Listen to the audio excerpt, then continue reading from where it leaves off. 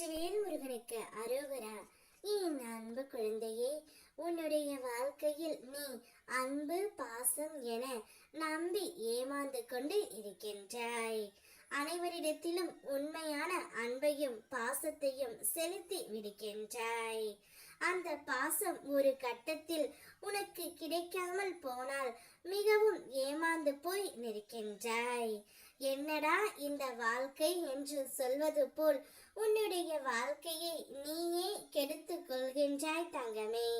சில நேரங்களில் என்னுடைய ஆலயத்திற்கு வருவதற்கு முயற்சி செய்கின்றாய், ஆனால் தடை வந்து கொண்டே இருக்கின்றதே. உன்னுடைய கர்ம வினைகள் மாயைகளின் மூலம் அந்த தடை ஏற்படுத்துகின்றது தங்கமே. நீ ஆலயம் போய் பக்தி செய்தால் உன்னுடைய கர்ம வினையை நான் அகற்றி விடுவேன் என்று அந்த மாயை உனக்குள் இருந்து வேலை செய்கின்றது.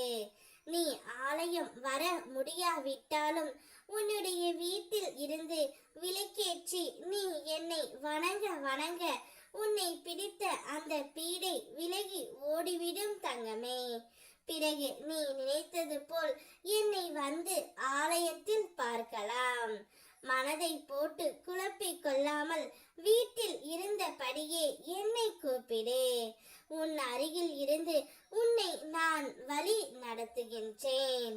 நீ மிக பெரிய பொக்கிஷமாக நினைக்கக்கூடிய ஒரு விஷயம் உன்னை தேடி வரப்போகின்றது.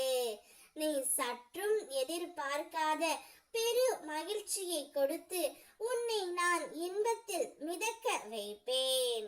எனக்கு நீ முழு நிறைவோடு நன்றி செலுத்தக்கூடிய நேரம் வந்துவிட்டது.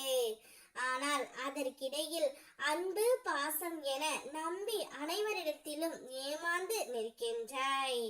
அன்பை கொடு, நான் தவறு இல்லை என்று சொல்கிறேன். ஆனால் அளவு கடந்த அன்பை கொடுக்காதே தங்கமே, அது மிகவும் தவறு. அளவு கடந்த அன்பு நிச்சயம் ஒரு நாள் உன்னை கண் கலங்கத்தான் வைக்கும். அப்போது நீ கண்ணீரோடு என்னிடம் வந்தால் என்னுடைய மனமும் சேர்ந்து வாடும் தங்கமே. என்னுடைய பிள்ளை அன்பு எப்பொழுதும் பரிசுத்தமாக இருக்கும் பொழுது உன்னுடைய அன்பை முழுமையாக பெற நான் மட்டுமே தகுதியானவன். உன் அன்பை திகட்ட திகட்ட என்னிடம் கொடு. நான் உனக்கு இரட்டிப்புக்கு பலனாக நன்மையை மட்டுமே கொடுக்கின்றேன் தங்கமே.